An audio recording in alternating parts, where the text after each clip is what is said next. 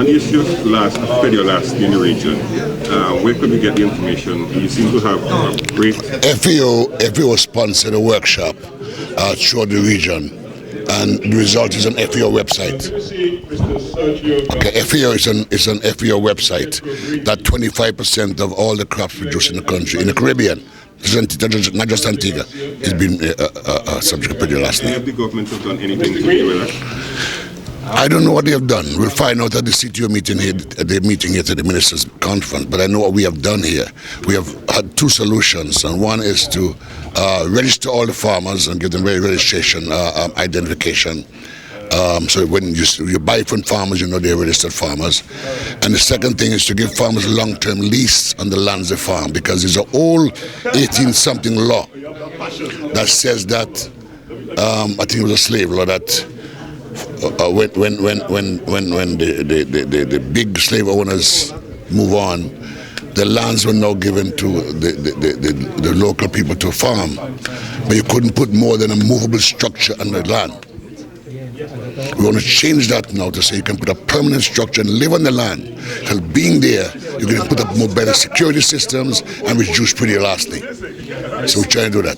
You said that one of the greatest missteps with the WT negotiations was the Caribbean agreeing to certain produce coming into the region. What do you suggest should have been done? What should have been done is that there should be something in there that we definitely could have stopped any import without all of the bottleneck that we have now. Because like as I said before, if we produce all the foods we want in the region and food coming from outside, we still can't stop it. But wouldn't that have gone against trade liberalization protocols? That's what I'm saying. That's what I'm saying. There's a problem with the food that's coming in when we're producing the same food in abundance at better quality, better standard. And so, but there's a loophole that we can use, and we're using it in Antigua. I hope my colleagues in the region do the same thing, because you cannot allow your farmers to produce and then the food go to rot.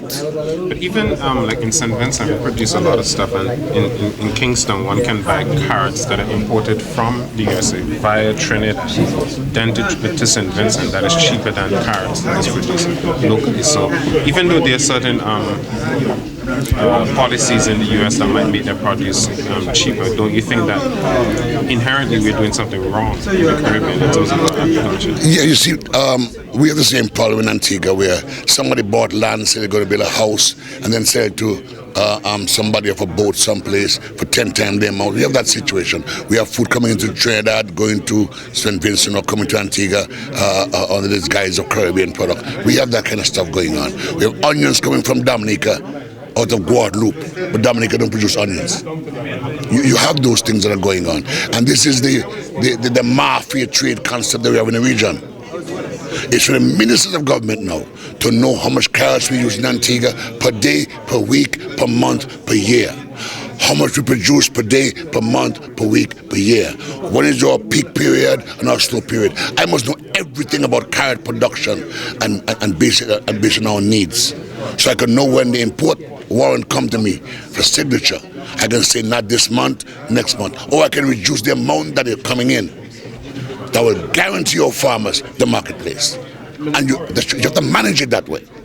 Minister, you've spoken at the podium about the media's responsibility in agriculture, and now you're talking about an agricultural mafia operating within the Caribbean. What it is can be done, in your mind, to help the media reach or attain its responsibility to prevent some of these misdemeanors you're talking about? First of all, as I said when I spoke, that the media have to know agriculture and all of the problems that we have, positive and negative problems, so we can better promote them and prevent them or solve the problems.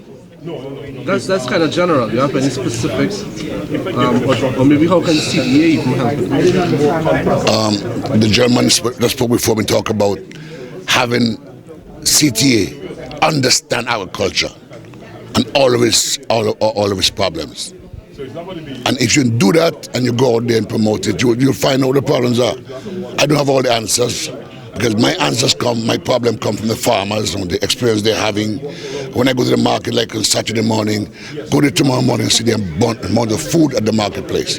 When I go there and they have this food that at the end of the day they'll carry back to the farm to rot, it bothers me. And when I look at the data, and watch the amount of the same food that had been imported, it bothers me that we're not managing as tightly as we want to do it. You spoke of the Jaguar initiative, and you seem to imply that there is something that you prefer us to go and find out. Could you give us the details? Find out why if Jaguar initiative was meaningful in the first place. What's the main objective of it? Because I'm confused that I have done so much work in 1 or 2 years after being in this ministry. And the ministers who have been in power for 10, 15 years since the Jaguar initiative has been introduced, and I've done nothing. Okay, I'm worried about that, and some countries have done nothing. Do you care to identify them? Trinidad, Barbados, Guyana itself, supposed to be doing land and water, and Jaguar is from Guyana. We yet to see the policy from there. Sink is supposed to deal with, I think, it's trade and transshipping and so on. I had to do with predolaciny and disaster risk management. I can give you a copy of the document now that we have produced and presented to Coated 2 years ago, and waiting for the others, because it wasn't just one area function by itself. It's for all the areas to function, and we put it all together to make the Caribbean united in agriculture. So we're waiting on the others to come forward. So at our ministerial, I will talk about whether or not we should scrap the Jaguar initiative or make it more meaningful. And I want the media to blow it up. Do you think it should be scrapped? I don't think so. I've done too much work to scrap it. How do you think it can be made more meaningful? People have to get up off the butt and begin to work. Don't take on responsibility if you can't do the work. With the pending food crisis that is clearly upon us, the drought in the United States, is this some thing that should give us an imperative that we need to do something about this? That problem they're having in India or India and the United States and other parts of the world should send a message to us that we must become very serious in this region and stop playing around. The job of agriculture is a serious business. It can't be a talk shop. It has to be result-based. But even in the OECS, we see a lot of the governments are moving away from agriculture to service-based industries. Tourism, we just did a land use policy, the first land use policy in Antigua and Barbuda. And we're making sure in Antigua that we reserve all of the agricultural lands for agriculture. But in St. Vincent, we have a major resort on some of our flattest agricultural land. That's your problem in St. Vincent. Deal with that problem. Carry the hotel in the hills and leave the flat land for agriculture, because flat land means you can mechanize the industry and reduce the cost of production. So you can't put this development on your best lands. Your best arable lands must remain for agriculture if you intend on feeding your people.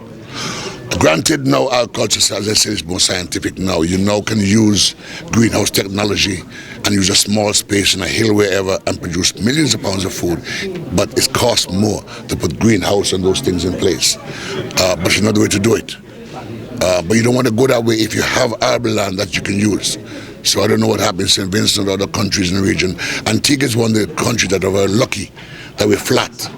So we can mechanize our industry and produce millions of pounds of food in a very short while. Now tell me something.